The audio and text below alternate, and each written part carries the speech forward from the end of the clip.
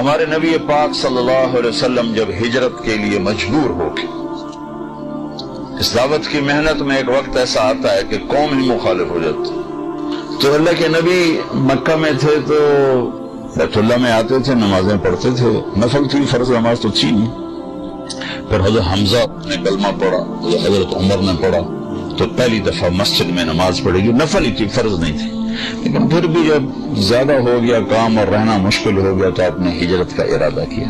ادھر حضرت ابو طالب فوت ہو گئے تو ان کی وفات سے جو باہر پروٹیکشن تھی وہ ختم ہو گئی، ادھر حضرت خدیجہ فوت ہو گئی ایک ہی مہینے میں 10 دن کے اندر، پہلے چچا پھر بیگم، تو باہر کا آسرا بھی ختم ہو گیا، اندر کا آسرا بھی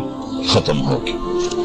تو باہر چچا سینہ سپر تھے، اندر حضرت خدیجہ زخموں پہ مرہم رکھتی تھی، تو جب آپ دونوں طرف سے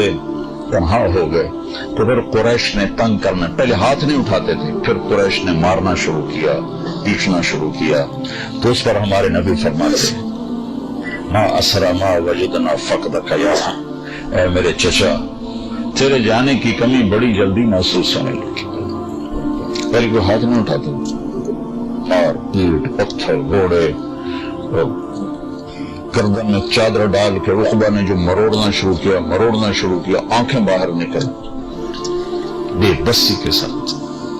اور سجدے میں تھے تو اوپر آ کر اونٹوں کی اوجڑی پھینک دیا، آپ کو اٹھنا مشکل ہو گیا۔ یہ سارے کام چچا کی وفات کے بعد ہے، چچا کی زندگی میں کوئی ایسا نہیں کرتا تھا، ویسے منہ سے تنگ کرتے تھے، ہاتھ کوئی نہیں اٹھاتا۔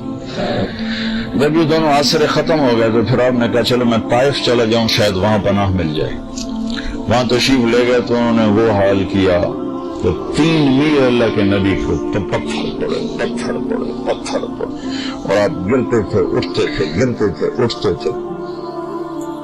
تو جب آپ واپس پہنچے تو آپ کو مکے میں داخل ہونے کی ہمت نہیں رہی، تو آپ نے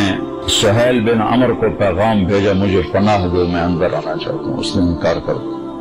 پھر آپ نے اخنس بن شریک کو پیغام دیا کہ مجھے پناہ دو، میں اندر آنا چاہتا ہوں، اس نے انکار کر دیا، پھر آپ نے مطعم بن عدی کو پیغام بھیجا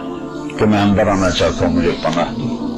تو پھر مطعم اپنے بچوں کو لے کر گیا اور آپ کو لایا اور کہا کہ میں نے ان کو پناہ دی ہے، ان پر کوئی ہاتھ نہ اٹھائے۔ تو حالات ایسے ہو گئے تھے کہ رہنا بڑا مشکل ہو گیا تھا، تو آپ نے پھر حج کے دنوں میں حاجیوں میں گشت کرنے شروع کیے کہ کوئی مجھے ساتھ لے جائے اور میں اللہ کا پیغام پہنچاؤں۔